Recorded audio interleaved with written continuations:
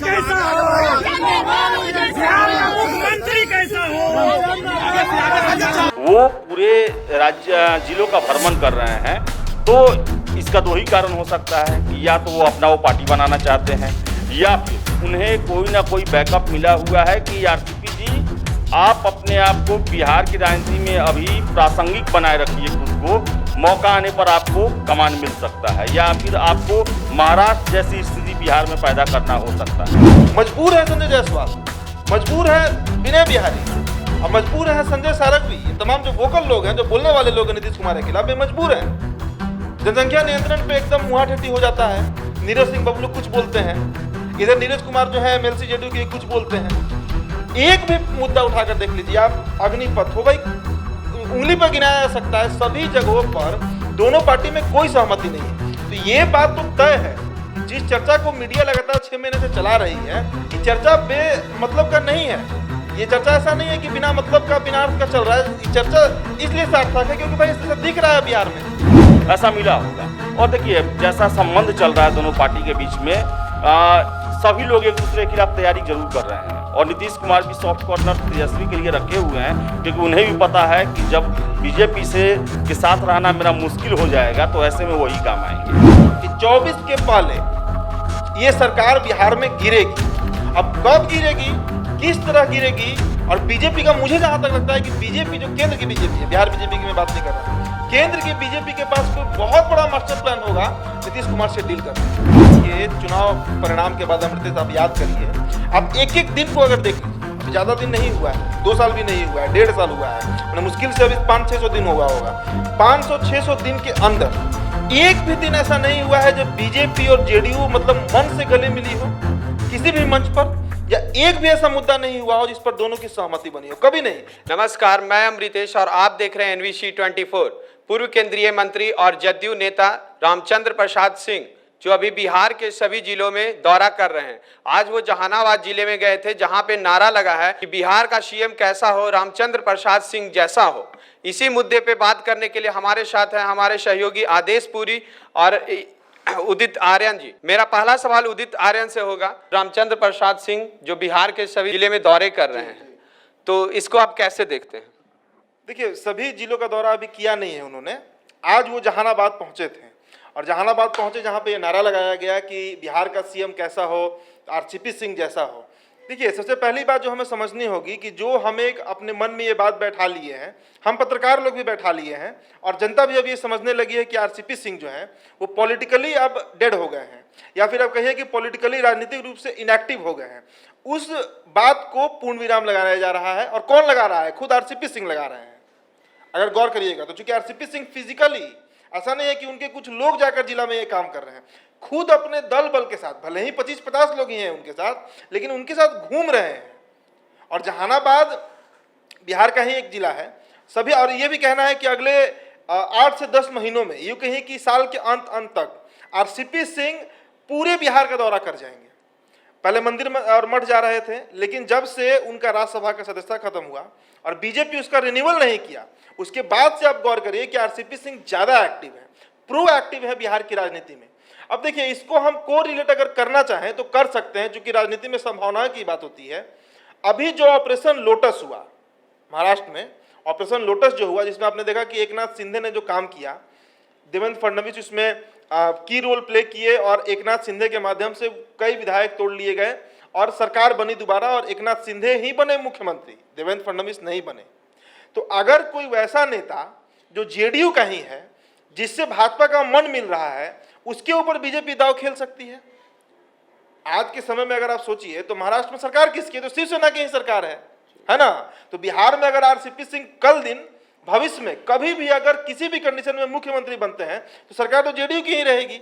ये आरोप कोई नहीं लगा पाएगा भाजपा पर कि बीजेपी की सरकार है, या बीजेपी ने दगा दिया, धोखा दिया, इस तरह का कुछ किया जिसके चलते आज बीजेपी की सरकार है। लोग यही कहेंगे कि जेडीयू की सरकार है। तो इसके पीछे अब ये सवाल भी उठने लगेगा कि आखिरकार भाई बैकअप किसका मिल रहा है। क्योंकि देखिए, आरसीपी सिंह का कोई बहुत बड़ा जनाधार है नहीं। आरसीपी सिंह के पूरे राजनीतिक करियर को देखिएगा अमृतेश साहब, तो आप इस बात को समझिए कि आरसीपी सिंह भाई ब्यूरोक्रेट रहे हैं।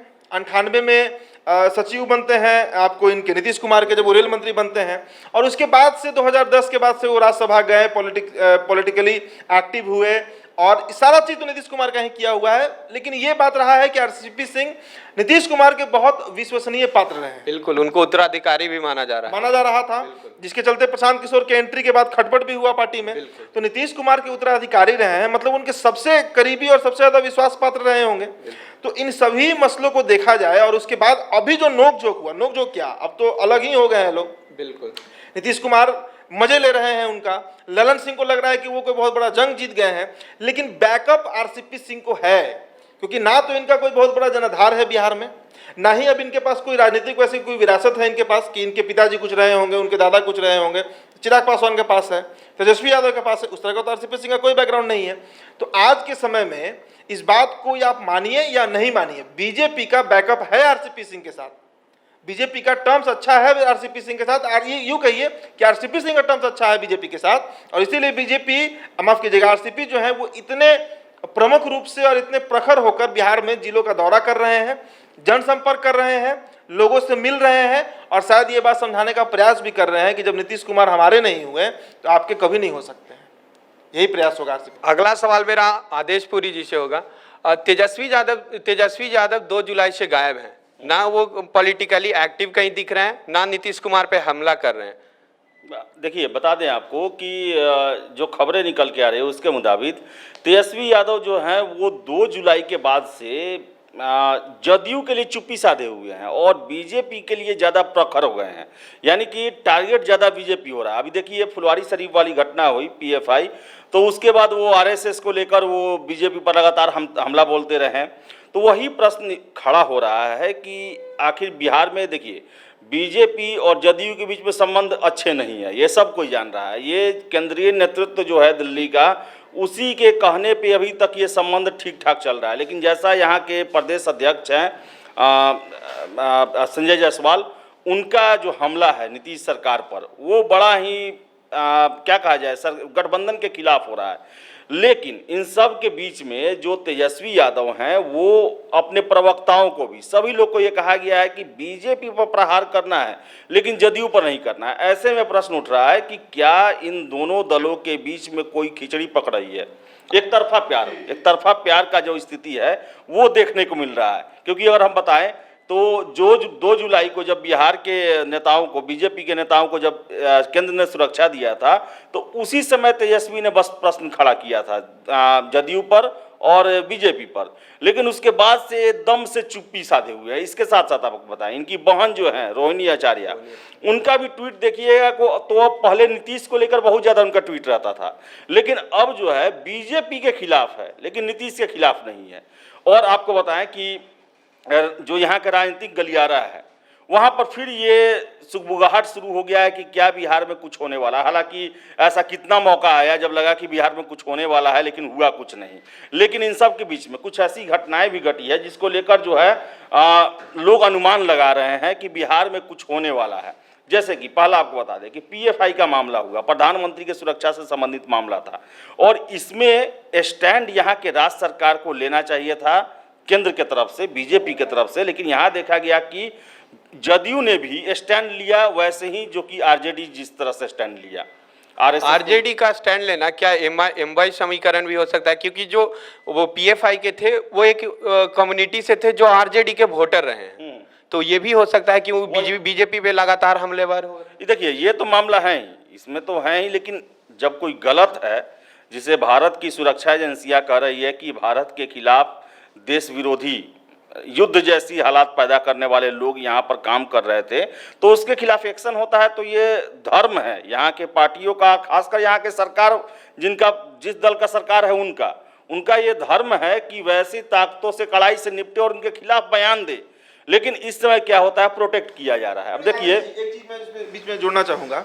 आपको याद होगा कि जब ये प्रकरण हुआ बिहार में, पीएफआई का जब मामला आया और एसएसपी मानवजीत सिंह ढिल्लों ने आरएसएस से उसकी तुलना कर दी, उसके बाद भाई आपकी कोई विचारधारा हो, आप किसे सही मानते हैं गलत मानते हैं, लेकिन अगर आप किसी गठबंधन में हैं तो कम से कम उसका धर्म तो निभाइएगा। अशोक चौधरी का मुझे बयान याद है, हमने एनबीसी पर चलाया भी था उनका बयान। अशोक चौधरी हो, विजय चौधरी हो, उपेंद्र कुशवाहा, ये तमाम लोग ये कह रहे थे कि भाई आरएसएस की तुलना आतंकवाद से तो शुरू से होती आई है, इसमें कौन सी नई बात है। मतलब साफ इंडिकेशन है कि आरजेडी की बोली बोल रहे हैं ये लोग। आरजेडी अगर बोल रही है तो उसकी विचारधारा है, उनका वोट बैंक है इस मजबूरी में। लेकिन जेडीयू का क्या ऐसा मजबूरी है भाई कि आरजेडी का पक्ष ले रहे हैं और बीजेपी के खिलाफत कर रहे हैं। वही तो मेरा भी कहना है कि जदयू और आरजेडी का सुर जो है एक हो गया है। ऊपर से तेजस्वी यादव नीतीश पर हमला नहीं कर रहे हैं। कारण इसका एक ये भी हो सकता है कि नीतीश पर हमला करेंगे, अगर पीएफआई के इस पर हमला करेंगे तो फिर पीएफआई पर अटैक हो जाएगा, वो इसलिए वो नहीं कर रहे हैं। लेकिन इसके साथ साथ आपको पता है कि नीतीश के भी कुछ काम हैं जो कि अभी इंडिकेट कर रहे हैं कि उनका भी बीजेपी से कुछ अच्छा नहीं चल रहा है। अभी गृह मंत्री जो हैं अमित शाह, उन्होंने वर्चुअली एक सारे मुख्यमंत्रियों का एक बैठक बुलाया था, उसमें नीतीश कुमार शामिल नहीं हुए, उसमें रेणु देवी को भेज दिया गया। फिर से आपको बताएं कि जो अभी वर्तमान राष्ट्रपति हैं रामनाथ कोविंद, इनका विदाई भोज कल परसों हुआ, परसों रात को अशोका होटल दिल्ली में दिया गया, जो फेयरवेल होता है वो। उसमें राज्य के सभी जो भी गवर्नर हैं, प्रधान मुख्यमंत्री हैं, सभी को इन्विटेशन दिया गया था, लेकिन नीतीश कुमार उसमें नहीं गए। तो ये जो एक्टिविटी है ना, देखिए मजबूरी में ये लोग चला ले वो अलग बात है। नीतीश के पास है कि भाई हम अब तोड़ेंगे तो जनता विश्वास नहीं करेगी, या बीजेपी को है कि 2024 का इलेक्शन है, मजबूरी जो भी हो, लेकिन इन दोनों दल में अब पटरी नहीं है, इतना साफ पता है। और यही बात तेजस्वी यादव को पता है, वो इस आशा में बैठे हुए हैं कि अगर इन दोनों दलों के बीच में लड़ाई होती है, अनबन होता है, तो मुझे मुख्यमंत्री बनने का मौका मिल जाएगा या फिर हम लोग सरकार में आ जाएंगे। यही चल रहा है। और इसके बीच में आपको बता दें कि आरसीपी सिंह को लेकर जैसी ये बातें चल रही है, उदित ने बात काफ़ी सही कहा कि कोई ना कोई बैकअप तो जरूर है आरसीपी। क्या उनके पास कोई ऐसा एनर्जी मिला है जिसके कारण वो बोलते हैं कि हम सारे बिहार का दौरा करेंगे? वही तो मुझे भी समझ में नहीं आ रहा है कि जिस दल के थे वो और जदयू के, पहले तो उन्हें राज्यसभा नहीं भेजा गया, मंत्री से हट गए, कोई पद नहीं दिया गया, और अब खबरें निकल के आ रही है कि उनको बाहर का भी रास्ता दिखाया जाएगा। इसके बावजूद वो पूरे जिलों का भ्रमण कर रहे हैं। तो इसका दो ही कारण हो सकता है कि या तो वो अपना वो पार्टी बनाना चाहते हैं, या फिर उन्हें कोई ना कोई बैकअप मिला हुआ है कि आरसीपी जी आप अपने आप को बिहार की राजनीति में अभी प्रासंगिक बनाए रखिए खुद को, मौका आने पर आपको कमान मिल सकता है, या फिर आपको महाराष्ट्र जैसी स्थिति बिहार में पैदा करना हो सकता है, ऐसा मिला होगा। और देखिए जैसा संबंध चल रहा है दोनों पार्टी के बीच में, सभी लोग एक दूसरे के खिलाफ तैयारी जरूर कर रहे हैं, और नीतीश कुमार भी सॉफ्ट कॉर्नर तेजस्वी के लिए रखे हुए हैं, क्योंकि उन्हें भी पता है कि जब बीजेपी के साथ रहना मेरा मुश्किल हो जाएगा तो ऐसे में वही काम आएंगे। देखिए इसमें अमृतेश एक बात मैं जोड़ना चाहूँगा, जो ये चर्चा हो ही रही है तो इस बात पे ये कहा जा सकता है कि देखिए ये सरकार बिहार और भारत के इतिहास में सबसे मजबूर सरकार है, सबसे मजबूर। मतलब जहाँ कोई मेल मिलाप नहीं है, ना विचारधारा का, ना नीतियों पर, किसी बात पर सहमति नहीं बन रही है, सभी जगह पर भाजपा और जेडीयू असहमत है। लेकिन उसके बावजूद ये सरकार चल रही है। ये भी एक इतिहास ही रचा जा रहा है जो आज से 20 साल बाद हमारे जो अगले पीढ़ी, ये लोग का ट्विटर बार या सोशल मीडिया पे जो बार भी होता है वो लगता है कि गठबंधन का है ही नहीं। 2020 के चुनाव परिणाम के बाद अमृतेश आप याद करिए, आप एक एक दिन को अगर देख लीजिए, अभी ज्यादा दिन नहीं हुआ है, 2 साल भी नहीं हुआ है, 1.5 साल हुआ है, मैंने मुश्किल से अभी 500-600 दिन होगा। 500-600 दिन के अंदर एक भी दिन ऐसा नहीं हुआ है जब बीजेपी और जेडीयू मतलब मन से गले मिली हो किसी भी मंच पर, या एक भी ऐसा मुद्दा नहीं हुआ हो जिस पर दोनों की सहमति बनी हो, कभी नहीं। जातीय जनगणना पर भी जो सहमति बनी वो सबसे मजबूरी की सहमति है। मजबूर है संजय जायसवाल, मजबूर है विनय बिहारी, और मजबूर है संजय सारंगी। ये तमाम जो वोकल लोग हैं, जो बोलने वाले लोग हैं नीतीश कुमार के खिलाफ, ये मजबूर हैं। जनसंख्या नियंत्रण पे एकदम मुहाठेठी हो जाता है, नीरज सिंह बबलू कुछ बोलते हैं, इधर नीरज कुमार जो है एमएलसी जेडीयू के कुछ बोलते हैं। एक भी मुद्दा उठाकर देख लीजिए आप, अग्निपथ हो भाई, उंगली पर गिनाया जा सकता है, सभी जगहों पर दोनों पार्टी में कोई सहमति नहीं है। तो ये बात तो तय है कि जिस चर्चा को मीडिया लगातार 6 महीने से चला रही है, ये चर्चा बेमतलब का नहीं है। ये चर्चा ऐसा नहीं है कि बिना मतलब का, बिना अर्थ का चल रहा है। ये चर्चा इसलिए सार्थक है क्योंकि भाई इससे दिख रहा है बिहार में अगर सरकार चलना है तो आप आरजेडी की भाषा कभी बोलते हैं, कभी तेजस्वी यादव को इफ्तार में खोजने लगते हैं, गाड़ी में बैठा कर लगता है आपका अपना उत्तराधिकारी उस तरह बैठाकर उसको विदा करते हैं, तेज प्रताप को खोजने लगते हैं, जेपी नड्डा पटना पहुंच जाते हैं, बीजेपी से कोई आता है नीतीश कुमार से बंद कमरे में बात करता है, फिर नीतीश कुमार ओके ओके कर देते हैं। तो हम इस बात पे अगर चर्चा नहीं करें तो क्यों चर्चा नहीं करें? और ये तो एकदम मतलब कह सकते हैं ब्रह्म वाक्य है कि 24 के पहले ये सरकार बिहार में गिरेगी। अब कब गिरेगी, किस तरह गिरेगी, और बीजेपी का मुझे जहां तक लगता है कि बीजेपी जो केंद्र की बीजेपी है, बिहार बीजेपी की मैं बात नहीं कर रहा हूं, केंद्र की बीजेपी के पास कोई बहुत बड़ा मास्टर प्लान होगा नीतीश कुमार से डील करने के लिए। हाँ, ये तो बात है। क्योंकि नीतीश कुमार जिस तरह आदेश जी, नीतीश कुमार यहाँ पर जबरदस्ती करते हैं हर मसले पर, और उसके बावजूद दिल्ली से जो चाहे वीरेंद्र यादव कोई आए, हाथ जोड़े रहते हैं लोग। क्या इसका इंडिकेशन है? देखिए बता रहा है, बीजेपी जो है वो इतना कुछ, इससे बहुत कम कमी जो गलती जो है वो उद्धव ठाकरे के द्वारा किया गया था, कोई गलती नहीं था उनका, और उनके साथ ऐसा व्यवहार हुआ कि उनकी पार्टी को ही खत्म कर दिया गया। देखिए बीजेपी, मैं शुरू से कर रहा हूँ, बीजेपी ने 2015 का चुनाव लड़ा अकेले, और वो समझ गई कि यहाँ की परिस्थितियाँ अभी मेरे हिसाब से नहीं है। और 2017 से आप ही सोचिए ना कि नीतीश कुमार को लगातार एक छत्र राज दिए हुए है।